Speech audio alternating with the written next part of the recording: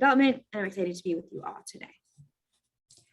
We're bringing together UConn employers and employer career champions for insight on how, as career champions, we can help students who are interested in pursuing a career in the broad industry of healthcare to navigate the job market and understand hiring trends. We will get a sneak peek on what happens on the recruitment side with the goal of providing our students as much insight and preparation on pursuing a career in the healthcare industry. Today's event is being recorded so that career champions may revisit it, or for those who were not able to make it today, can go ahead and visit it as well. The program will last an hour, including time for Q&A. During the Q&A, please feel free to type in your question in the chat or simply unmute yourself and ask your question. We'll do our best to answer the Q&A within the hour. We want you to be part of this conversation. Today, we have two panelists joining us, Allison Eastwood, University Relations and Recruiting at Cigna, and Robert Studivan, Corporate Recruiter at eClincalWorks. Unfortunately, Heather McHugh cannot be here today due to unforeseen circumstances. Welcome, Allison and Rob. Thank you for being here today. So let's begin. So please tell us a little about yourself, each of you, your background, your career journey, and your current role, and an overview of your organization and how it fits in the healthcare industry. Allison, would you like to go first? I'll let you, Rob, go for it. All right. So my name is Rob Studivan. I'm one of the corporate recruiters over here at ECW. We are an electronic healthcare software company. So we started off as an EHR company, just doing medical records. We've really evolved a lot since then. We have a lot of different areas that we've gotten into. We've grown very rapidly. We're over 5,000 employees worldwide right now, about 1,400 here in the US. And really, we've seen a lot of advancement in our capabilities. So we're really looking to add a lot of new people into what we're doing. Right now, we have about 65 openings with somewhere between 30 and 40 more pending and coming over the next couple of months. So we're going to stay busy for a long time. We're really at the forefront of the healthcare IT industry. My journey in recruiting was very interesting. I never dreamed I would become a recruiter. I was actually in sales for a long time, and I liked sales. I liked the people aspect of it, but I didn't like having certain metrics that I needed to hit. So looked for a shift, and I've been doing it now. I think it's almost 8 years, which is crazy to think. And it's a fun, exciting journey. I love being in a space where I get to work with people every day, help people really advance their careers, and help the organization that I work for really advance and really keep looking for those next people that are going to be part of our growth pattern. And being able to do events like this is really what I enjoy. I love being out there talking to students and getting to see all of the excitement that we can really offer and the opportunities that we have at ECW, which I think are so different than most companies out there. Thank you, Rob. Allison? Sure. So, hi, everyone. I'm Allison Eastwood. I work at Cigna, which Cigna is a global health services organization. Some people have definitely heard about Cigna. Some people actually meet people that don't. That's fine. But how we would fit into the healthcare industry is Cigna is a health insurance company or a healthcare provider. So we work with companies who become our customers that provide insurance service and products for their employees. And then their employees become our customers as we help them with their healthcare needs. We also work with providers and different health partners to make sure people get reliable care. The other thing we have, a part of our organization, is a pharmaceutical organization called Express Scripts, which helps us provide holistic care and services to our customers. So, like Rob said, I think the one thing people think, sometimes you hear healthcare and you need to work at Cigna to be a doctor or a nurse. And they think clinical, right? Your head goes to healthcare and think clinical. But if you do have a passion for helping people in healthcare, this is just another avenue to look at. I will tell you, we do hire nurses that work at Cigna and work closely as customer advocates with our customers to make sure they get different types of health services and are sticking to some of their diabetes routines and different things like that. We do hire doctors. We do have dentists on staff. But a lot of the opportunities where you might see people working are within our business operations. So we have people that support our customers in our operations, business operations, customer service space. We also have other staff functions like finance, marketing, technology. We have, oh my gosh, actuaries, underwriters, the prices are, we do so, and salespeople, so many different functions outside of being a nurse or a doctor. So when people, or I meet students, and my first question is, let me hear a little bit about you and your background, because I want to understand if you have a passion and want to help people and connect to healthcare, there's definitely an opportunity at Cigna, but it's finding, where is the right fit for you? Because again, it's such a big, there's so many different roles outside of being a nurse and a doctor to work in a clinical or a healthcare space at Cigna. For me to get here and to be talking to you today, my undergraduate degree is in English writing. And I thought I wanted to be a writer, but I pursued a job in publishing, print publishing after college, and that transitioned to online media. So I helped a company create their first website and sell their products on it. After that, I transitioned and moved across to the Midwest with my husband. He went back to school and the economy was terrible. But one thing, I grew up with a really strong work ethic from my parents. So I have always worked any job to pay the bills. So at the time when the economy was terrible, I was working in customer service for BMW North America. I made lattes at Starbucks.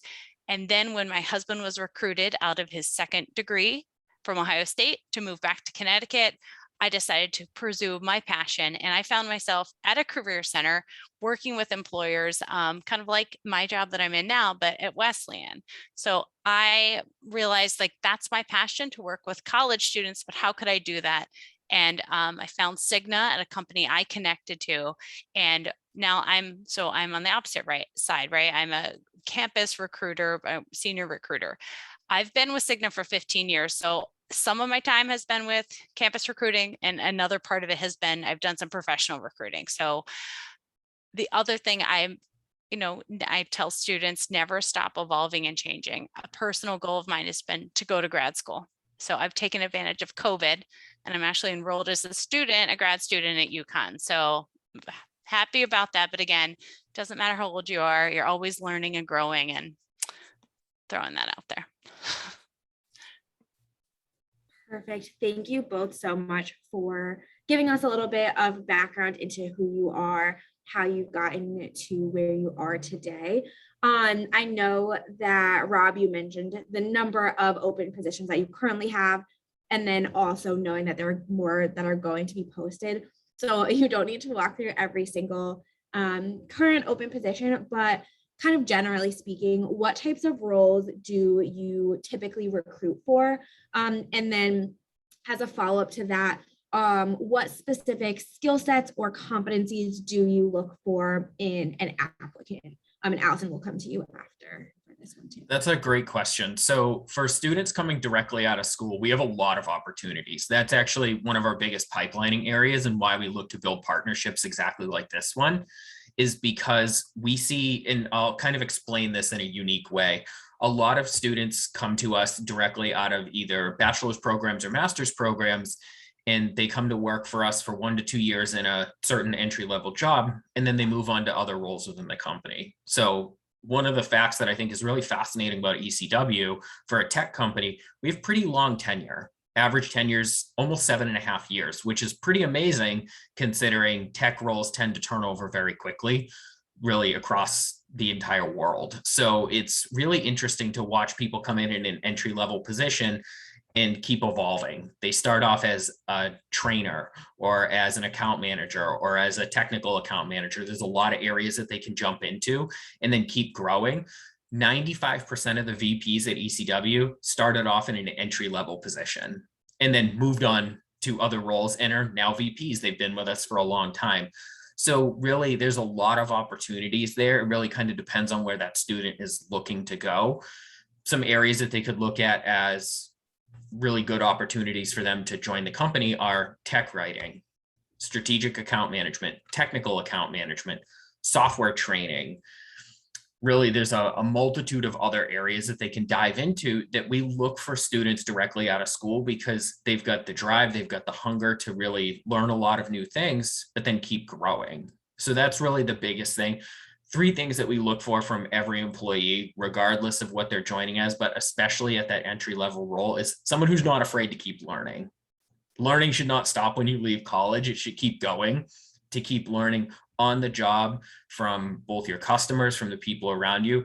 Number two is someone who's not afraid to speak up. Something that's really kind of great about ECW is everyone here operates on a first name basis. So if you had an idea and you wanted to share it with the CEO, you walk up to him and say, hey, Garesh, I have an idea. His name is Garesh. You don't call him Mr. Kumar. You don't do any of that stuff. We're all built on that kind of respect. Everyone has a voice here, and we're not afraid to make changes. We did a lot of changes over the last year and a half with COVID because we had to, and we're continuing to do that. And then number three, I think the biggest thing is we want people who aren't afraid to take those ideas and run with them, because those are the things that people get recognized for. We have the ability to do a lot with what we have, and the company will recognize you for that. So whether it's getting you a really nice raise when your raise review comes the next year and we get to talk about that, or bonuses, we've paid them out for the last 15 years. And if someone comes in and they do a great job, they can earn additional incentives on top of the company paid bonus that can be pretty remarkable for someone just coming out of school. To get a 10% bonus being 22 or 23 years old coming out of school, or someone coming out of a master's program who's in their mid 20s, that's a pretty amazing thing to be able to offer. And we really want people to showcase those abilities and not be afraid to say, hey, I actually have an idea and I think we could do better by doing this, this, and this. Those are the most important things to us. I think Robbie brought up some good points, because I think you just said something that students don't think about, those financial pieces of a compensation package and making a job offer. So just want to shout out, that's really a good thing to look at when you're talking to companies, like what incentives and what does the total compensation package look like? Because what a great incentive to offer somebody when you're right out of college, right? And knowing that there's a bonus or some other different parts of an offer. Sorry. So I appreciate that, because I will just segue into Cigna's hiring. So I'd say we hire, again, a company of 71,000 employees. Our early career recruiting is probably about 10% of the recruiting our talent acquisition team does. So we have a whole professional recruiting team. My team is about 15 of us supporting early career recruitment. What does that mean? Cigna has about 12 different types of early career leadership / development programs. My team also supports enterprise hiring. So we have different business functions that definitely want to pursue early career talent, but they don't necessarily have a program behind it, but they do have a supportive network and system where they work with us to recruit. So with our leadership development programs, that's similar to Rob. We look to bring early career talent in and different business functions to help really expedite early career learning and development, to push them into become, whether it's a future individual contributor or a future manager, director, or leader within the organization. It really depends. And it does come down to what an individual wants. So to know that it is available to you when you enter a program. So we recruit when we're on campus, we're typically recruiting for within our business function. We recruit actuaries and underwriters. We also recruit some business function interns like investment management, supply chain. We recruit auditors, so different things within finance. We recruit we have a technology program. We have a marketing program and a communications program. We have different business functions that either have more of a just say healthcare focus. So I know UConn has a healthcare management major. So there are some development programs that have a healthcare management twist. We also have some business functions that have a leadership program that has more of an operations take to it. So it's called the operations leadership program. Think about, we recruit people right out of college, and some of them are managing teams of people within their first year or two. And when I've talked to some of those students that are now within their second rotation, I remember like one person said, I don't believe I was doing that right out of college, managing a group of people, but what we do with all of our programs, we give people the tools, the mentors, the resources they need to succeed. We would never put somebody in a position we didn't know they couldn't handle. So a lot of our programs have a rotational aspect, time frames around them to help people grow, rotate, and support their growth and development. And then after people graduate, I often get the question, what happens? Well, you can continue to grow and rotate in your career at a company. It happens, naturally throughout, if whatever you want to do. Sometimes there's also opportunities within our own leadership development resources that are in human resources, where we're taking people outside of the programs and different people that are rotating and kind of moving them into, whether it's an executive track or maybe it's a manager track. So we're helping people grow and develop. And Rob mentioned the interest to have people come in and learn and grow, and because it all contributes to the success of the company. Whether it's in a program or not, we have a lot of learning and development opportunities throughout our organization for people to take advantage of. So, and then you ask, what do we look for? So that's a great question. So we have competencies, and we have a lot of them in our company, but some of the competencies, we talk a little bit how they learn, they connect, so they align to our organization's mission. They're going to inspire and engage people.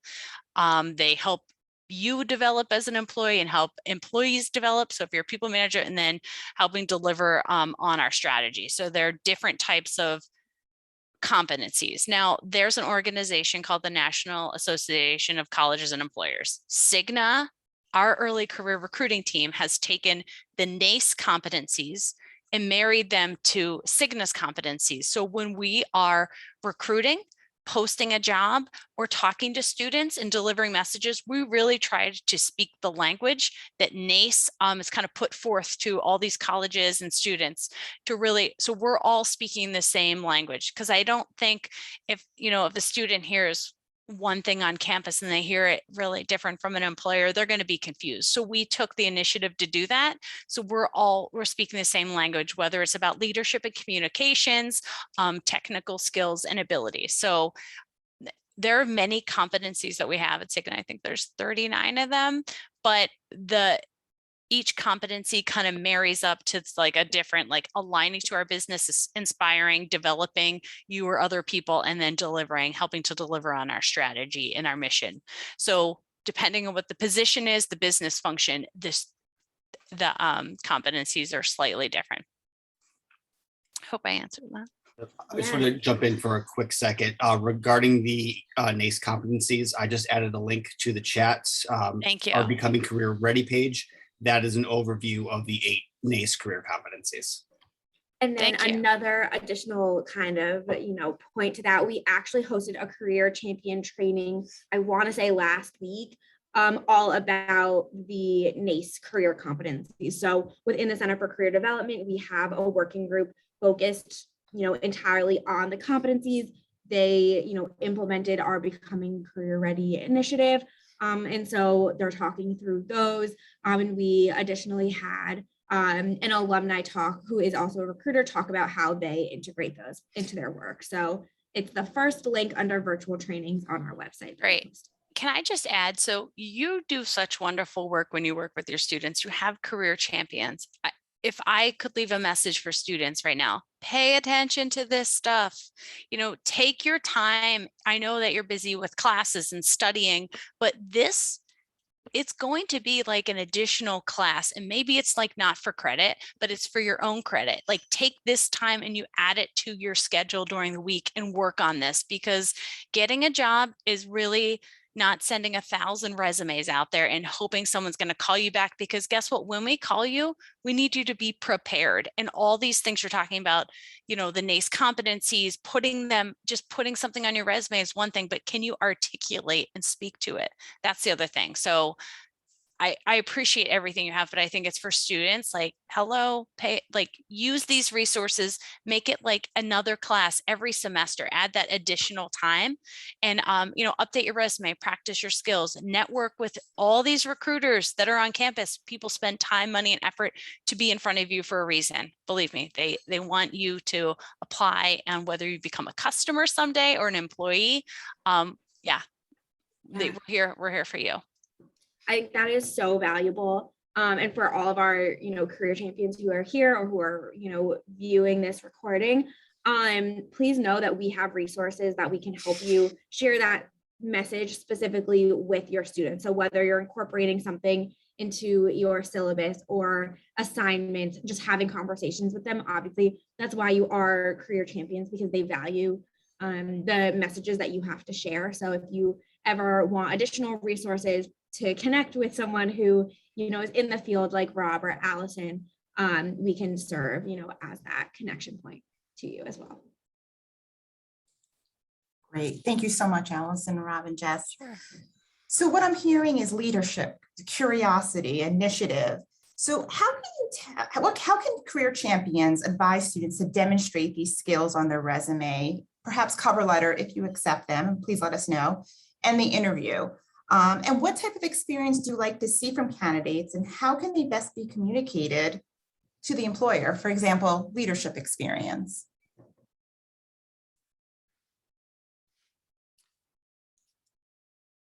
So I think the easiest way to demonstrate that is a resume should not be a tell-all. A resume cannot give you an entire picture. Like, let's say I was interviewing Allison and she's going to come in and she applies for a job.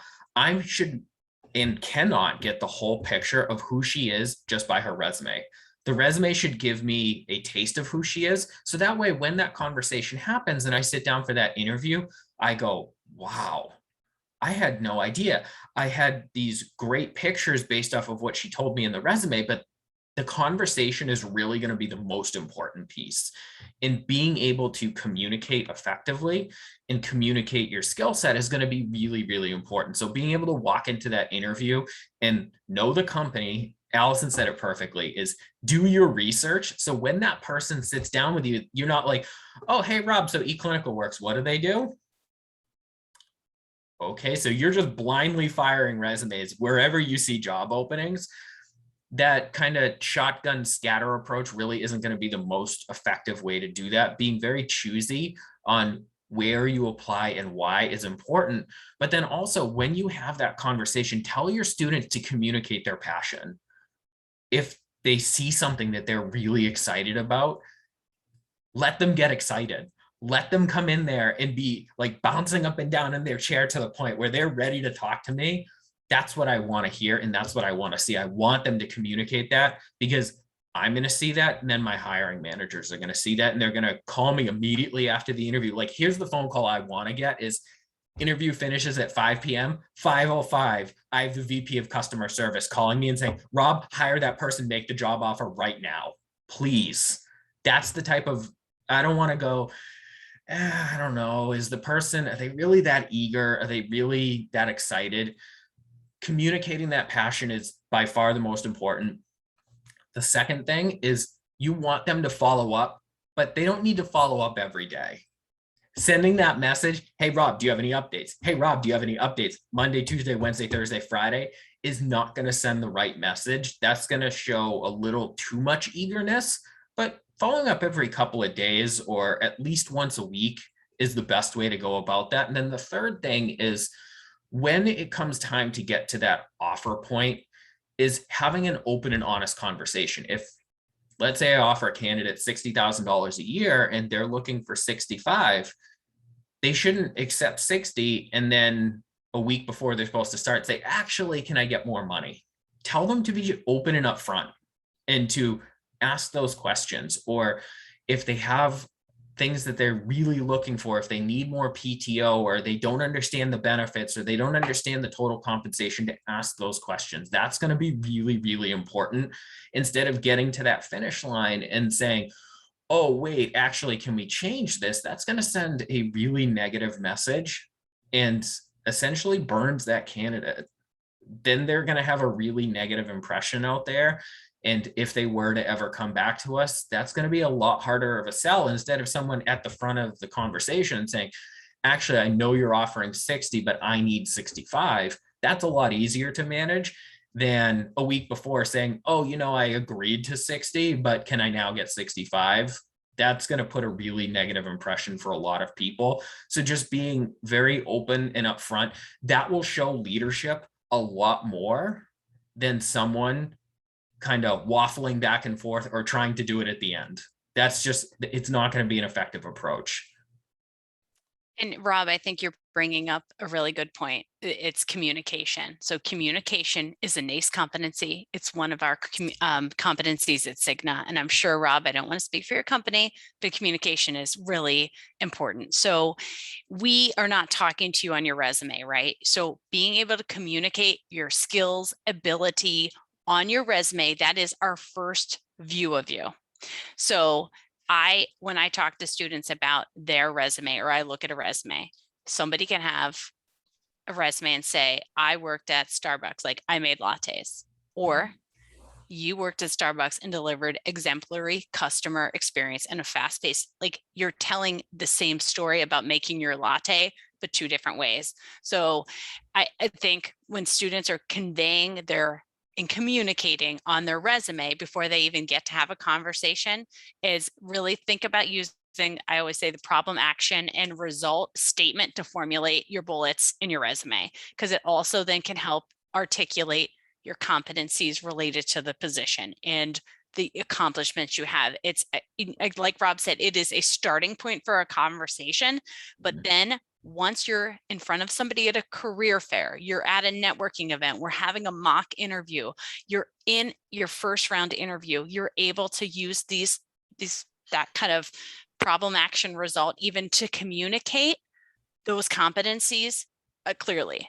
You know, before this event, I actually looked at some of the reasons people were being declined after first round interview, and not being able to clearly articulate something. So I saw a couple people came through as they had some of the technical and analytical skills they needed, but the competencies that they were being, and it wasn't just one person being declined for, is not being able to articulate something or tell their story. So being able to articulate yourself, again, another form of communication. So not only are we listening for one competency, but we're also seeing your communication skills too. So can you clearly articulate X, Y, and Z in your example when you're in an interview? And this goes back to what I said. This isn't something that you just do off the cuff. I call you for an interview. Can you do it tomorrow morning? Have you been practicing? Have you been having some other mock interviews? Is this your 20th interview and you're really good to go? Be real with yourself. So again, take the time to get yourself ready to have these conversations, because if you are one of 1,000 people that applied to a job and we're interviewing you, we saw in your resume something, we mean business, like we really are ready to talk to you. Get yourself ready to communicate and articulate your skills, abilities, and what Rob said, that enthusiasm, because there's nothing better as a recruiter to hear that in someone's voice. Like, oh my gosh, I want you to work here because I can hear it. I can hear it through the phone. I mean, I can't see you in person right now because sometimes we're not on campus, but you can hear someone's enthusiasm totally when you're having a conversation and interview. It is so exciting. And I want to listen and hear everything you say and say, I can see, even though the student was, they're not a healthcare management major, maybe they're an English major like I was, but I can hear their interest and passion to work at Cigna, and they totally explain that in all their examples. I can hear it when I say, why do you want to work at Cigna? Why do you apply to this job? They're articulating that. And again, they weren't in the business school. That's fine. They're still somebody that's demonstrating those competencies and that interest and passion to work here. In leadership, again, sorry, I didn't get to that, but leadership can be demonstrated in so many different ways. So you don't have to be the president or vice president of a club. You can demonstrate leadership in any job that you've had, in the classroom, and of being a member of any club too, right? So think about that word broadly. You can be a leader amongst your peers. If you've had a difficult situation in the dorm room, try to think about your examples though, right? Think about where your examples are, but really think about how have you demonstrated leadership, because that is a broad term. It doesn't mean, again, that you were the president of the club. So how can you be a leader in life and demonstrate that when somebody asks? That's awesome. Thank you. Yeah, that makes perfect sense. So thank you both for that. Knowing obviously that both of you are in the recruiting space, obviously, interacting with students, seeing, so many resumes and application packages. What are some insights that you are currently seeing in your recruiting space, maybe specifically with healthcare, or if there's just, broad things that you're seeing that you think would be helpful for our career champions to know, knowing that they are having these conversations with students? Are there certain almost like best practices for conveying certain, things, or things that you're seeing that you would love career champions to know so they can encourage their students to continue doing or to not do? I think there would be two things. The first thing that I would encourage students to keep doing is keeping an open mind. So where I went to school, I went to Nichols College, a very, very small school. It's about 1,500 total students. I never have met the professor who teaches marketing, never met him in my entire life, but we connected on the fact that he's really passionate about helping students.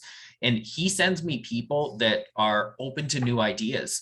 A lot of them get stuck on a job title and they'll say, oh, I went to school for marketing, I have to be a marketing specialist. Marketing has a lot of facets to it. You could be a marketing person with a very different title, because marketing is all about promoting yourself, promoting your company, promoting what you're doing. The thing I would tell students to stop doing is stop trying to oversell yourself. So a funny story that happened probably about 6 months ago now, I had someone come in and interview with me who was finishing a graduate school program. And I said, all right, so what made you really interested in ECW? What sort of experience do you have that aligns with what we're looking for in this role? And she started reading me the job description, telling me how she worked with ECW customers in her graduate program. And I was like, wait, what? You worked with ECW customers? How did you do that in your grad program? And she goes, oh, well, I haven't, but I was telling you what I thought you wanted to hear. And I'm like, that's actually not what I want to hear. That's the polar opposite of what I want to hear. What I want to hear is your individual experience, your individual story that makes you the right fit for this job. I've hired people who on paper you would look at and go, they're interesting, but I really want to hear what they have to say. And in the conversation, that person made me go, wow. If I don't hire them, I'm doing a disservice to my company. And if I don't pass their resume on, I'm doing a disservice to them. That's going to be the biggest thing. So just going in there and telling your own story, because each individual person in here has their own story. If I were to sit down with Jess's story is going to be different than Evan's, than Allison's, than Christina's. Every single person is going to have their own story to tell. That's going to matter a lot more than saying, Jess, tell me about a time where when you were a strategic account manager, you're like, I've never been one of those before. How am I going to tell you about a time when I was one of those? But instead, if she told me about how she was able to help someone, that's going to mean a lot more to me than fitting an individual, very stylized box. So that to me is a lot more important. So those are the two biggest things. Don't oversell yourself and be open to new ideas. Always be open. And I would say something that kind of Rob brought up before, and I don't want this to get lost because it's so easy to, with one finger, apply to 1,000 jobs. So be intentional with what you're applying to. It's okay to submit 5 resumes to a company for sure, but as long as, let's see a theme. So, and I love your marketing example because that's a perfect example when the student says, I want to be in marketing. Well, you know what? You can actually work in marketing on my team, and I work in HR and talent acquisition. And I did, up until my current degree, getting my master's in HR, I don't have an HR degree at all. So how did I get myself here? It's really thinking about what skills and competencies are needed in a position and being open to trying a job in, at a career center. And then I wanted to work in college recruiting. Did I need an HR background? No, I needed to have good customer service experience, which I had from working. So you just make those connections, but be a little bit targeted and try to get yourself specific. And I shared with the career champions, help your students think a little bit, go from this broad idea of I want to be in marketing, to what exactly did you learn in your marketing or communications classes that you connected with? Did you do something on a job or an internship or during a project that you're like, that's awesome, I could do more of this? Because that's going to help bring it in a little bit, and they can do some targeted job applying. That's really what we need to see, because when you see all these resumes and people aren't specific, when you get to me or the manager, it is not the time for career counseling. I'm sorry, we don't have time for that. We want to talk to you. And on these events, like on a college campus, when you're meeting me, I am so happy to talk to you a little bit about explore jobs. But when you're in a job interview and someone says, why did you apply to this job in marketing? You have your specific answer on why, not like, oh, yeah, I could do anything in marketing. Come on. So that's for me. I think that is it. And what Rob said, being open, one theme I do see is a lot of things being a little techie. Not that we have to be technical people, computer stuff. It's not that at all. It's being open to learning different things about, is it even Excel? I use Excel in my job as a recruiter, right? I have to make a pivot table. And also I'm being asked more and more to use data. So things that you might not have seen or thought about in a job, being open to learning out after you graduate, learning new skills and things that maybe when you're sitting there as an English major, I never thought I would need to pull data together and create a report and then talk about how my strategy for recruiting is driven off of numbers, or a piece of it is from that. So again, those are some of the things but thanks, Rob, for kind of bringing those topics up. And I think there's one more piece to add to that. And I think this is something, and I'll share it from a personal experience, how I got my job here at ECW is my boss told me, I said, Amy, what made you pick me over everybody else? She goes, because you were the best. I'm like, okay, you're giving me the kind of canned answer. No, I want the real answer. What made you pick me? She goes, what really stood out to me is I asked you ridiculous questions, all sorts of things, like tons and tons of things I wanted to know about you. But when you asked me a question, you chose one. And I said, I know, I chose that on purpose. I said, if I could come in and change one thing for you and help you fix one problem, what would it be? And she said, that made me as a manager stop and go, huh. So he doesn't just think about what he can do to solve problems for other people, but what he could do to make things easier for me. That shows that he's willing to think in different ways. If you can make yourself stand out, and it's going to be different for everybody. There's no one right or wrong answer. That fit for the job that I was applying for, but that might not fit for a job that someone else is applying for. Tell them to think outside the box. Tell them to find that thing that they can make themselves stand out to the point where someone, when sitting down and reviewing all the resumes of the people that they want to hire, says, if I don't hire that person, I'm going to make a major mistake. That's great. Thank you so much. All right.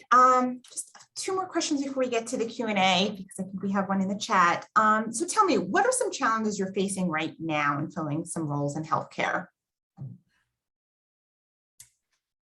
I think number one is that people seem to think that healthcare is either focused on the tech side or on the medical side, which it's not, which I think Allison answered so well at the beginning. Is there's so many different areas. I'm not techie and I'm not medical. I'm in HR. Do I know a little bit about those? Sure.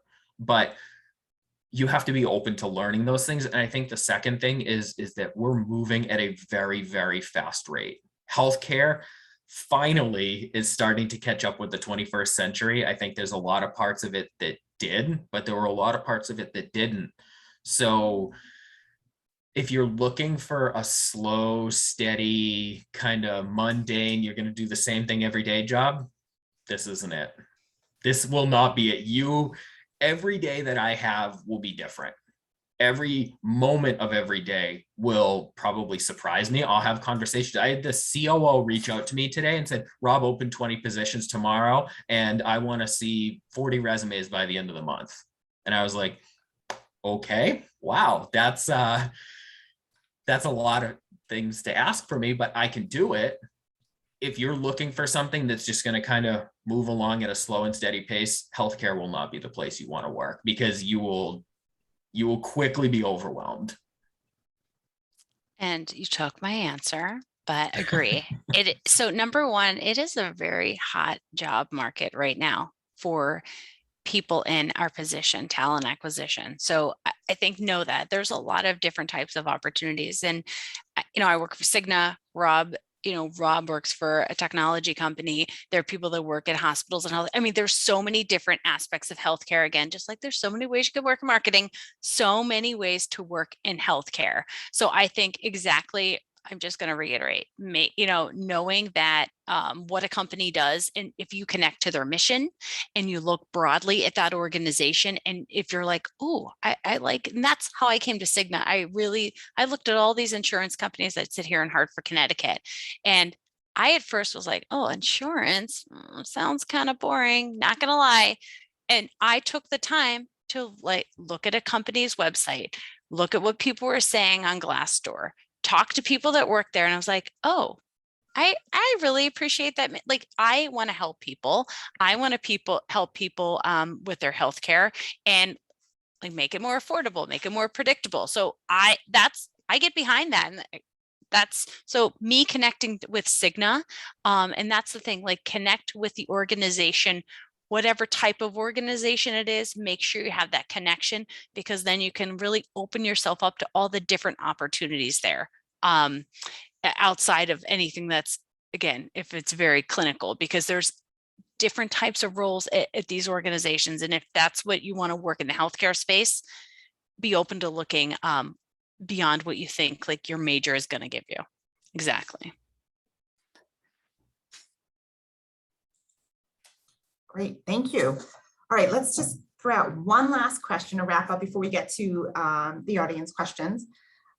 What final tip and takeaway can Career Champions provide students who are interested in the healthcare industry yet don't have healthcare related degree? I don't think that truly matters anymore. I think companies are starting to realize that it takes, to use such a cliche expression, but it takes such a tribe of people to make healthcare operate. So when the pandemic hit in March of 2020, we had a town hall meeting in June, and our CEO got up and he said, I have to give every single person here credit for pulling in the same direction. It's not me. It's not the three founders that run this company anymore. It's you.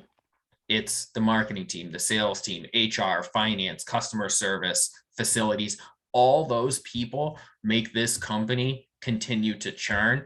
You are the guys and you are the gals who create the profits that pay out your bonuses, that pay out your great raises, that make you become team leads. You are the drivers of this organization.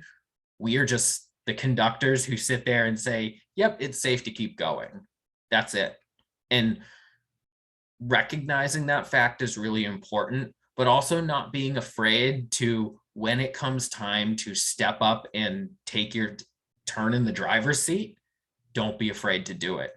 Everyone seems to think that taking that moment in the driver's seat requires a certain age or a certain degree or a certain moment. You don't know when your driver's seat moment is going to come. If that comes 6 months into the time that you work at your organization, great. If it takes 5 years, that's okay too. But your moment will come. But when it comes, grab it and run with it. And just make sure that you take that driver's seat moment and make every single moment the best possible driver's seat moment that you could. Because if you do, more will come. If you run away from it, it's going to be a lot harder for that moment to come again. Thank you. Allison? Takeaway? So, if you don't mind, can you just ask your question again? Sure, of course. Am I unmuted? Okay. What final tip or takeaway can Career Champions provide students who are interested in the healthcare industry yet don't have a healthcare related degree? Okay. So I think we've kind of brought this up. So that passion for healthcare, being able to articulate it, because it can shine through, and no matter what your major is. I try when I'm on campus to share with students the stories of people I know that work at Cigna, the people that were me, an English major, my friend that's was a psychology major, right? Somebody else that was a communication major, somebody else that was an engineering student. We all work at Cigna in healthcare in different areas of the business. My psychology major friend now works in our technology team. You know, she started in underwriting, went and got her MBA through our tuition reimbursement program, and is now a business leader in technology. My other friend works in communications, but she has done self-rotations throughout the company, and she works kind of in our product team. So really leading some innovative products for diabetes care and behavioral health services. So you really can take whatever it is, that education piece. You've been curious for the past 4 to 5 to 6 years. Hey, it took me 4.5. So however long it's taking you to get through this, even shorter, people are graduating sooner, so good for you. But take that curiosity in your education, again, the interest for healthcare, find the things that you've learned during your education, maybe job experiences, full-time internships, anything, and really make the connection on, okay, I really want to work in healthcare. I've met these people from some of these companies that have come to campus. This is what I like about them. Then take the time to look at the jobs and the descriptions. Are you connecting with what that is a rotational program in operations that connects with our customers, and there's a bit of project management involved. Oh, I like being organized. I like managing projects. Maybe that's the job for you. Okay. Or, it's if you don't have healthcare, I think it's really the interest in the industry. And that's really it. Are you interested in being here? Because maybe you are, maybe you're not. If you're not, maybe you look at a different industry. So I think it's that interest in the industry, and then taking the time to identify what type of first entry role is going to be your connection point. Great point. Thank you, Allison. That is awesome. Thank you both so much for sharing that kind of final tip or takeaway. We are now going to move into our Q&A section. So we currently have a question. Again, feel free, if you have any other questions that have come up, to put them into the chat or just unmute yourself. But the question that we currently have, talks a little bit about the non-business type students. So it says, I hear you both talking about business students for the most part. Can you speak to how students in more liberal arts or STEM majors can communicate their fit for these business related jobs? We have an allied health sciences major, which is within our College of Agriculture, Health, and Natural Resources. So while we do have like the business school side of things, we also have that more science focused allied health sciences major. And in that there's a healthcare admin concentration, and then also concentrations in public health, health promotion, and occupational and environmental health and health sciences. So how can those students kind of advocate, communicate their desire to work in the company and maybe one of those more businessy type of positions, but making the most of that science degree? So I think we shared some of these tips, but if we're going to be specific about those students, I think it's going back to helping them emphasize their relevant experience to match the job description in the position.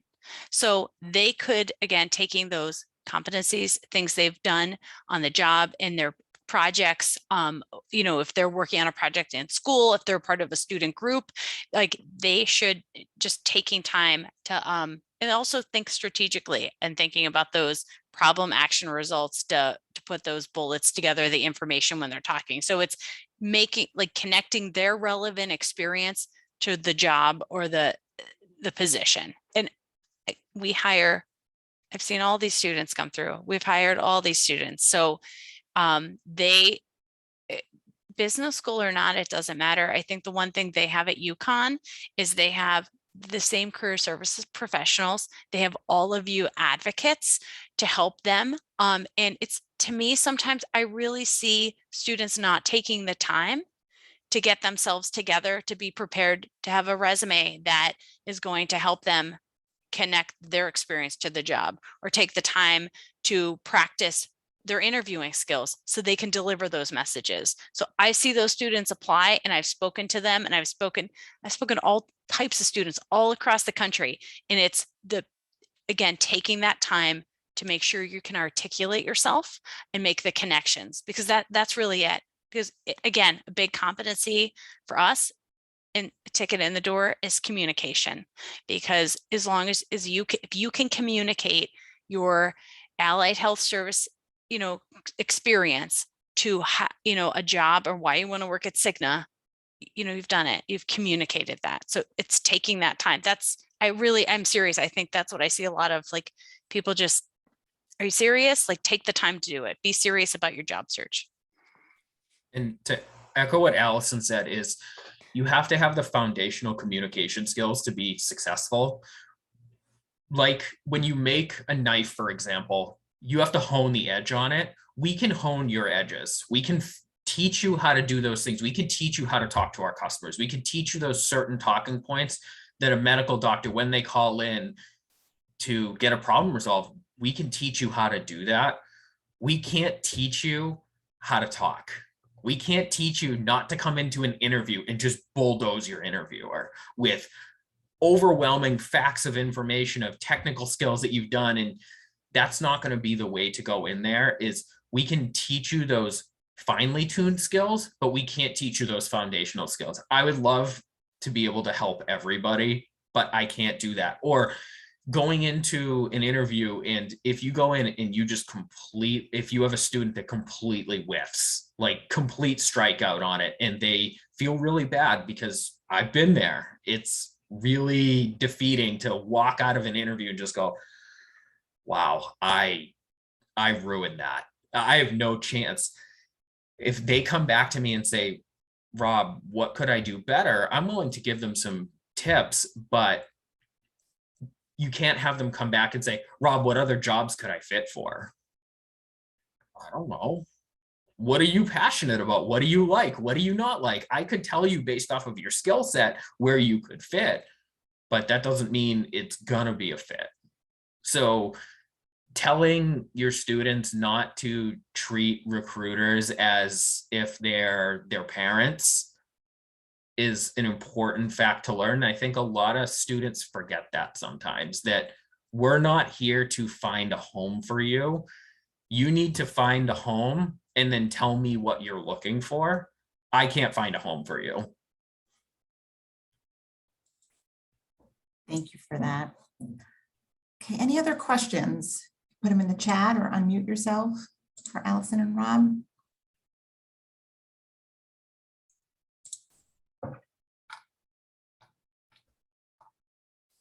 You get any questions, Jess? Okay. It looks like we're wrapping up. Thank you so much, Allison and Rob, for joining us today. Your insights were amazing. I think we're going to take away a lot of information today. And thank you for making the time to come and join us today. And to our career champions, we truly appreciate you tuning in today. Allison and Rob, if our career champions want to continue this conversation, or may have thought of a question after we hang up today, is there a way they could reach you? Definitely. Yes. I'm on LinkedIn. Okay. And I will, do you want me to put my email in the chat? I can totally do that, Oh, but thank you. definitely on LinkedIn too. Anytime, Okay. any question, for sure. And I just want to echo one more thing. We brought up so many times, I think it's communication, and Yeah. it's really being not afraid, or having that inside you to ask the question, share some information. You really want to work somewhere, just ask. You have such a great network of people that were UConn alumni, employers that come to your school. It's like a great way to practice your communication skills by like reaching out and asking someone a question about the job. Even when you're interviewing and you ask the recruiter a question that maybe you're afraid. As a recruiter, I'm like, please tell me. I want all the information I can. And it's to help. Is it to help? Maybe that's not the right job you're interviewing for, but I could get you to another job. Or maybe if you have a deadline, you share it with us. Just communicating things. And sometimes it feels like you can't trust, or you feel nervous, that communication and courage to get asked those questions and share that information. I think like all these different things we're talking about, it is a communication skill, and being able to talk about it. Right. And the worst thing that can happen, and tell your students this, please, the worst possible thing that can happen is you get told, hey, the team is not interested. That's the worst thing. No one's going to show up at your house and be like, if I was interviewing Allison, no one's going to show up at her house and be like, Allison, you are the worst person who's ever applied to eClincalWorks. That won't happen. I promise. The worst you're going to get is a no. The worst you're going to get is a, hey, this wasn't the right fit for you. That's okay. If I had to take every single time that I've been rejected for a job and stack them up, there would be a lot more times of rejections than people saying, wow, Rob, I want to make you a job offer tomorrow. And for anyone who thinks that that's unrealistic, that's just how the world works. Things are going to be put in your way that are going to become roadblocks or challenges. Those are learning opportunities. Yeah. Yeah. And those interviews just make you stronger for the next one. It also might help you whittle down where you really want to be or where you really want to work. So just having those conversations, if anything, it is practice, and it just makes you stronger for the right company. Agreed. And Rob, they can reach out to you. I think you put it in the chat, your LinkedIn. Yes. Yeah, I put in email my address. email in my LinkedIn, whatever's more comfortable. Emails come directly to me. My LinkedIn is obviously mine. So feel free to reach out. I promise I'm not big and scary, and I will help any way that I possibly can. Good luck, Huskies. Good luck. And thank you, career champions. Really, I hear students tell me all the time, I spoke with my professor, I spoke with my counselor. They're reaching out to you for help all the time. And sometimes when I hear from them, I'm like, oh, it is good to know. These are the people you're turning to. So that is one of the reasons I definitely said yes to be here, because you're influential in these students' lives, especially if they're coming to you and you're connecting with them on a regular basis. Definitely. Agreed. 100%. Yeah, thank you all so much for the work that you do as career champions. Obviously, this event is for you as career champions as you help your students, but we also have, I would say, a kind of similar type of event directly for students taking place next week. It is called Pathways to Healthcare. I just put a link in the chat. We have alumni come back who are working in the healthcare industry, who are not doctors, not nurses, not physical therapists, and sharing just a little bit about their experience navigating that process, showcasing to students that it is possible to have a career in healthcare. So our panel ranges from someone who works as a radiological technologist to someone who works in sales. So a great opportunity for your students. The link to the event specifically and to our resource related to it are both in the chat. But knowing it is 1 o'clock, thank you all so much for your time, Allison, Rob, and all of our career champions. We really appreciate your time. Thank you for the opportunity. Thank Good you. luck. Great, thank you.